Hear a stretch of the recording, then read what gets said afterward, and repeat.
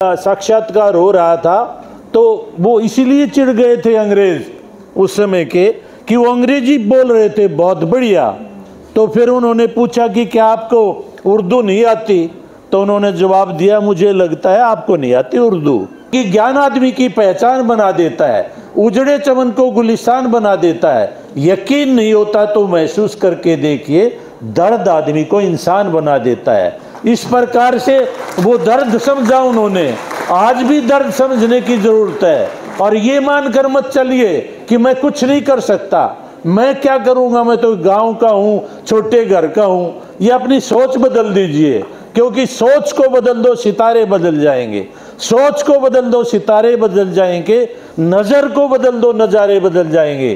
किश्ती को बदलने से कुछ नहीं होगा, धारा को बदल दो किनारे बदल जाएंगे, धारा को बदल दो किनारे बदल जाएंगे। ये सारी बातें उन्होंने कही हैं। वही ये कहते थे, खुद ही को कर बुलंद इतना कि खुदा तुझसे खुद ये पूछे बता तेरी रजा क्या है।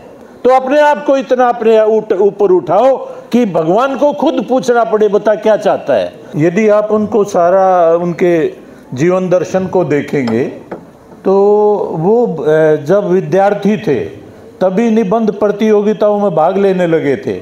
जब mission college, Saint Stephen college Delhi में वो पढ़ते थे तो वहाँ की जो पत्रिकाएं हैं उसमें उनके लेख छपते थे।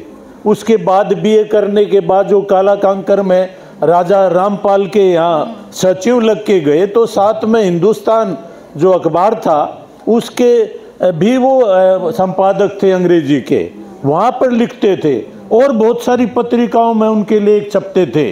और जब उन्होंने LLB करके और प्रैक्टिस शुरू की, वकालत शुरू की आगरा में, तो आगरा में खर्चा निकालने के लिए वो ट्यूशन भी पढ़ाते थे, एक विद्यालय में शिक्षक भी थे। साथ में उन दिनों उन्होंने 2 पुस्तकें लिखी थी, एक इंडियन हिस्ट्री और दूसरी फिजिकल ज्योग्राफी। 2 पुस्तकें लिख दी थी। और आपको पता है जाट गजट तो उन्होंने प्रकाशित करवाया था, और वो भी इसलिए करवाया था क्योंकि उनकी सारा का सारा पृष्ठभूमि इस प्रकार से लेखन की रही है। और उनकी लेखनी का तो जो लो है वो अंग्रेज भी मानते थे। और इसी कारण से जब उनको वहाँ PCS में गए थे, इंटरव्यू दिया था, और एक बार उससे पहले जब नायब तहसीलदार के लिए उनका साक्षात्कार हो रहा था तो वो इसीलिए चिढ़ गए थे अंग्रेज उस समय के कि वो अंग्रेजी बोल रहे थे बहुत बढ़िया।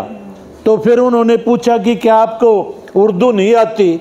तो उन्होंने जवाब दिया, मुझे लगता है आपको नहीं आती उर्दू। तो वो चिढ़कर उनको नौकरी नहीं दी थी। तो इसीलिए वो तो उनके भाषा की पकड़ बहुत बढ़िया पकड़ थी उर्दू पे और अंग्रेजी पे।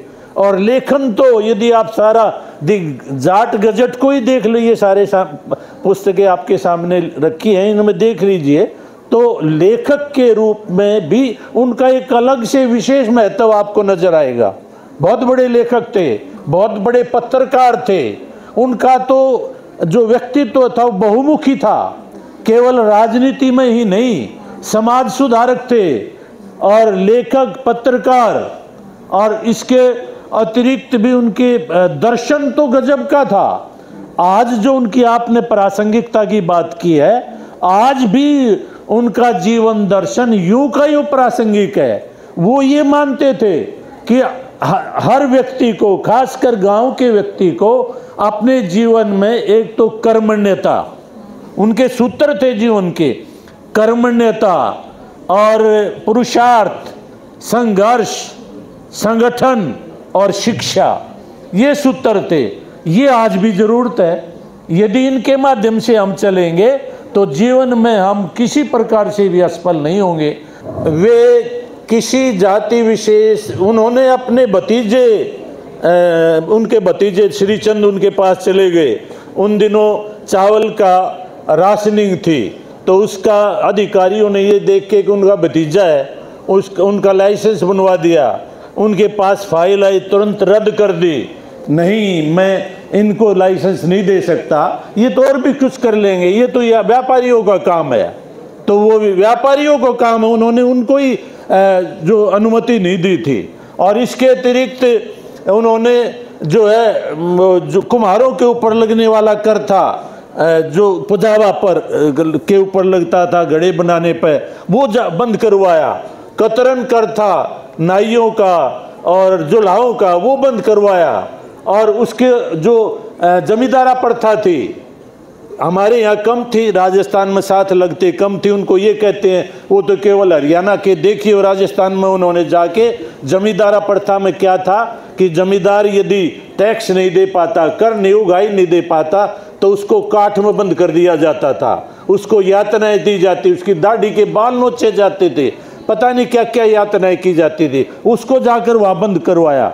और यहाँ पर मोठ में जो हरिजन थे उनको कुएं पर नहीं चढ़ने दिया जाता था, वहाँ पर खुद उन्होंने हरिजन महिलाओं को, हरिजनों को कुएं पर चढ़वाया, पानी भरवाया, उनके मुटके खुद जो है उठवाए।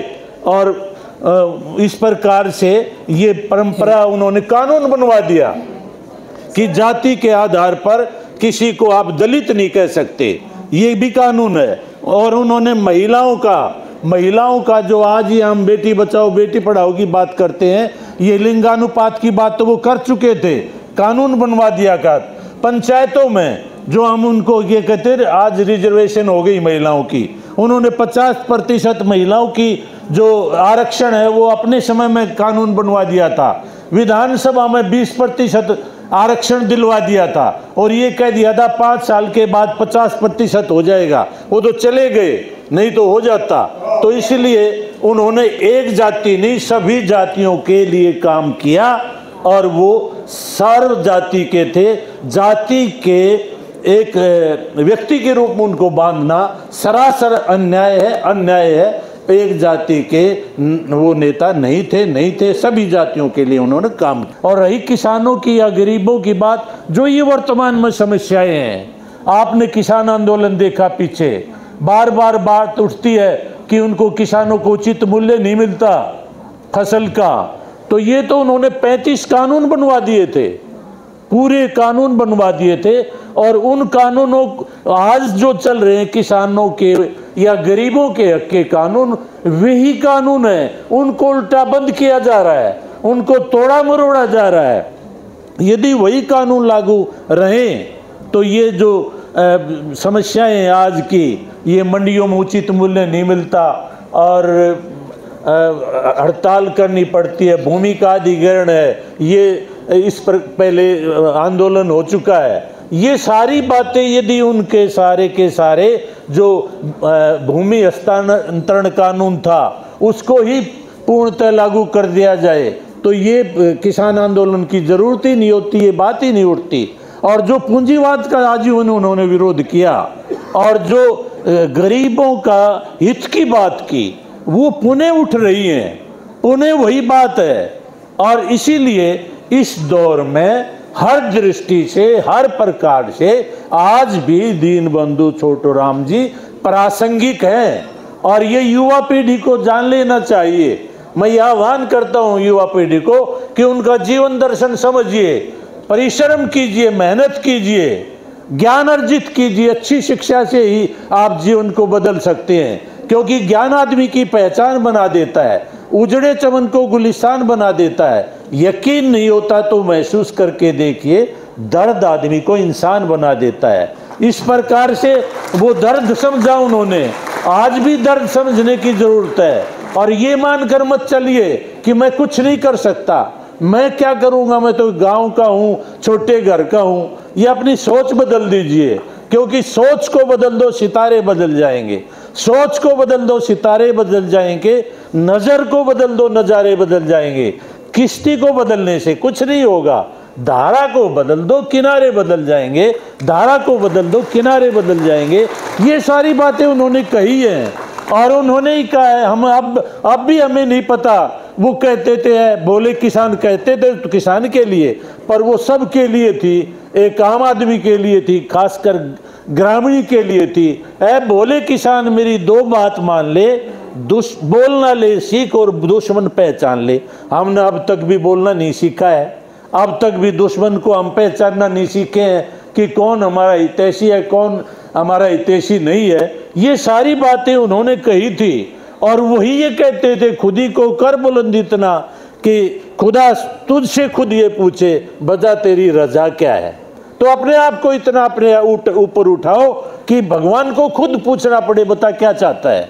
और मैं व्यक्तिगत रूप से आपके सामने उदाहरण हूँ, यहीं पढ़ा हूँ, मैं एक गरीब परिवार में पला बड़ा हूँ। यहाँ से बस 15 किलोमीटर मेरा गांव है खेड़ का, और वहाँ से मैं 6 महीने तक तो पैदल आया, फिर साइकिलों पर आया, और उसके बाद निरंतर और अपनी शिक्षा के माध्यम से ही और आज पद्मश्री के मुकाम तक पहुँचा हूँ। तो ये मैं उनको आदर्श मानता हूँ, अपना दीनबंधु चौधरी को मैं अपना आदर्श मानता रहा हूँ। और कई बार जब उनका जीवन दर्शन पढ़ता हूँ तो मैंने उसको डालने की कोशिश की है। उसी तरह से मेरे भी, वास्तव में बतानी नहीं चाहिए ये बात, मेरे भी बहुत विरोधी रहे हैं, अब भी हैं, मगर मैंने परवाह नहीं की, आगे बढ़ता रहा। तो अब मैं युवा पीढ़ी को ये पुनः आह्वान करता हूँ कि आप उनके जीवन दर्शन को अपनाइए और फिर देखिए कि आप किसी भी क्षेत्र में असफल नहीं हो सकते, आज भी वे प्रासंगिक है।